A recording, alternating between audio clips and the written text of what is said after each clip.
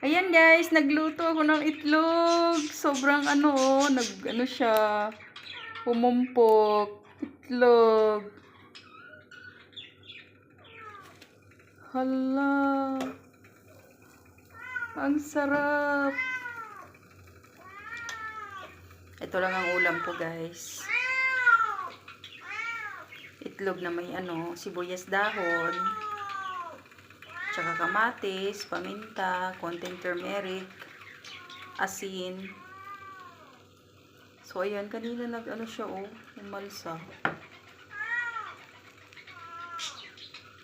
So, ito lang ang ulam ko kasi Friday ngayon. Tinamad ako magluto. Bukas na ako magluluto ng ulam ko. Ang ingay-ingay pa ng mga ibon ko. So, ayan guys. Luto na siya. Mahina lang yung apoy.